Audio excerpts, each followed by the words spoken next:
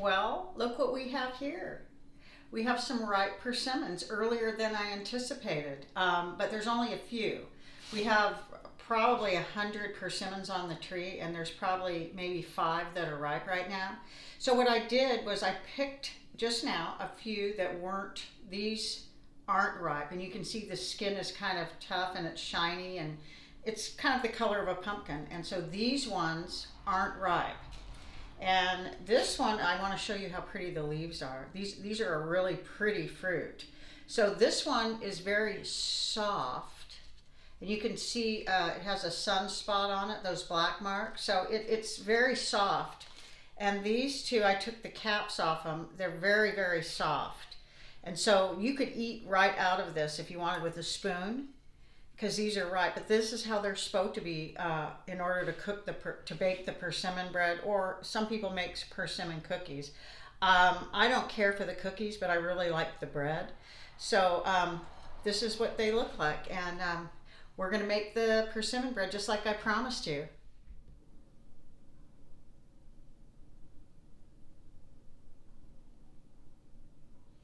This is our finished persimmon bread. It's really good. It's spicy, it's moist, it's flavorful with spices like cinnamon and dried fruit and your persimmon pulp.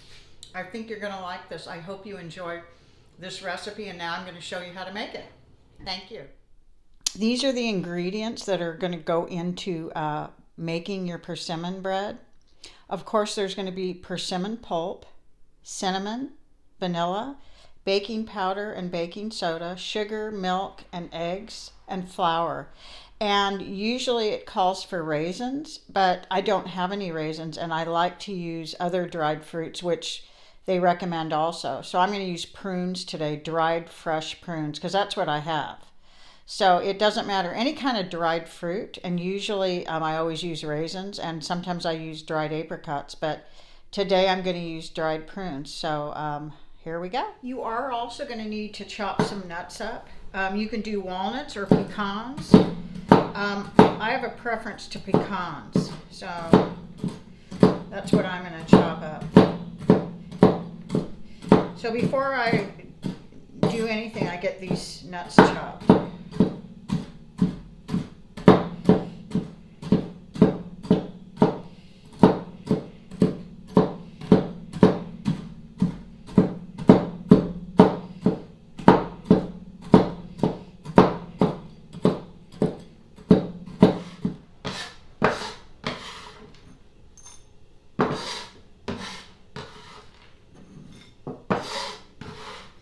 Now you'll just set the nuts aside. That'll be the last thing you put in the batter. We're going to need 1 cup of persimmon pulp. So I'm going to show you how I do that. I put my spoon inside. You can use the skin too if you want. It doesn't hurt anything. So this black part doesn't hurt either. It's just the sun that burned it. And they have those black marks on them. It's just the sun. So this is a smaller persimmon than the majority of the ones I get. Some years I get these huge persimmons. The skin is fine. This won't hurt anything. So sometimes I have a little of the skin in, and sometimes I don't. But it's a messy little job here to take it out, because it's very soupy, runny. See, but this is what it looks like. It's really good. It's real healthy. If you watched my video where I went in the yard and picked a few about a week ago, I showed them to you, and I showed you how firm they are and how runny they can get. So we're only going to need a cup. And I told you how you can just take the top off like that, and you could use a spoon and just eat it right out of there. But of course I'm not eating this one because we only have a few on the tree. But they are delicious, and like I told you, they're loaded with vitamin A and beta carotene. Most fruits or vegetables that are orange, like carrots too, they're loaded with that too. So I'm almost getting a full cup, but I am going to have to open up this other one that's ripe too, the one that has the leaves on it. So I'm going to It's a beautiful, beautiful fruit. It's one of the prettiest fruits I've ever seen. So this is, and I will eat the rest of it later after I'm done here. So there's our cup of persimmons. So that'll be the first item that I put in the mixer, and I will take this little piece out. It's just part of the skin, but okay. So here we're going to start now. Okay, so we're going to add 2 eggs to the persimmon pulp.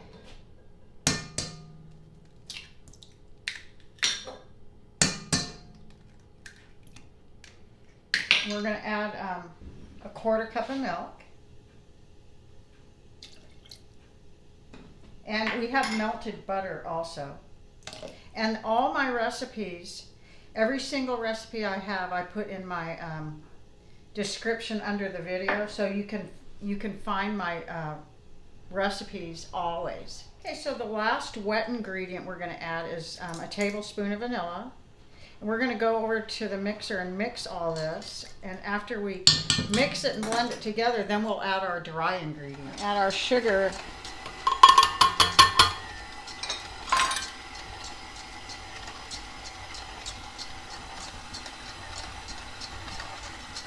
So here's the prunes I'm going to use, and I'm going to cut up 1/2 cup. And if you have raisins, that's what you'll do, 1/2 cup of raisins. So I'm just chopping up some of these prunes. They're nice and moist and good, and they're a really good replacement for raisins. It doesn't have to be raisins. It's just some kind of dried fruit, apricots, whatever you want to use. And so, like I said, I have prunes, so this is what I'm using.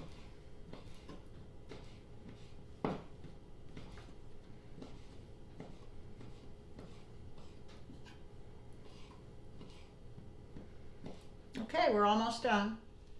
So now we're going to add our dry ingredients. I'm going to add the flour and baking soda and baking powder. And I'm going to start mixing that together.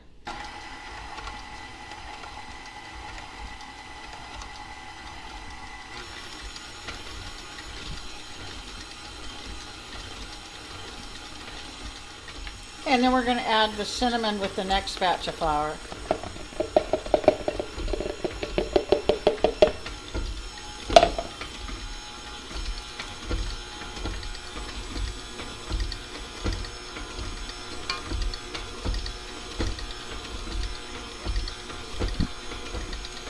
Okay, now we can add the prunes.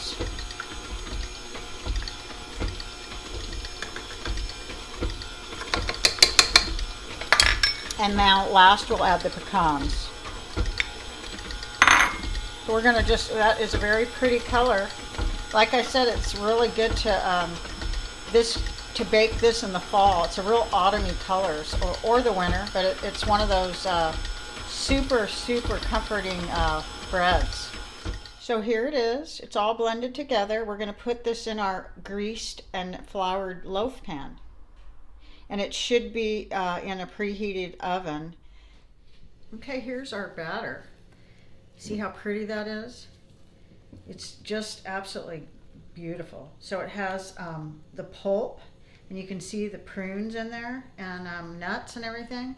So what we're going to do now is we're going to fill our greased loaf pan with this batter.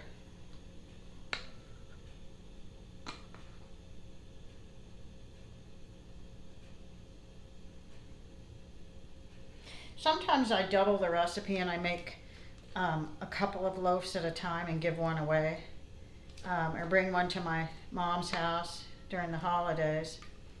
But I'm just making one today.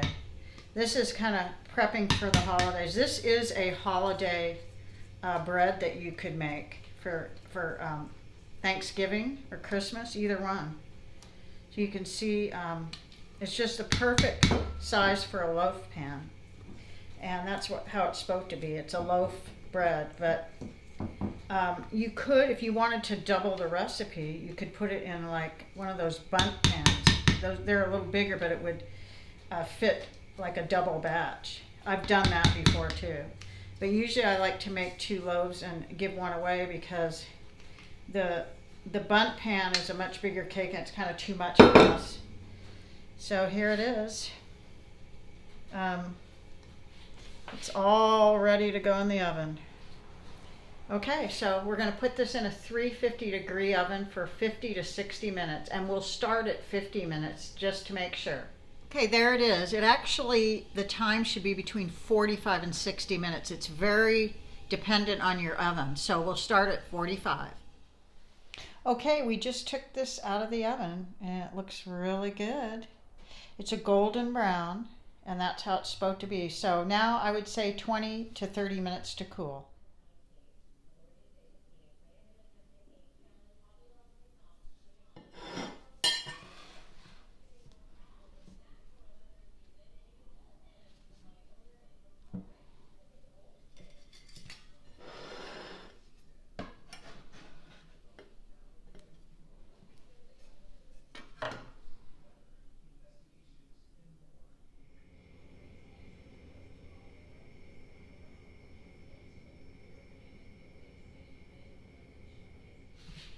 Here's our finished persimmon bread.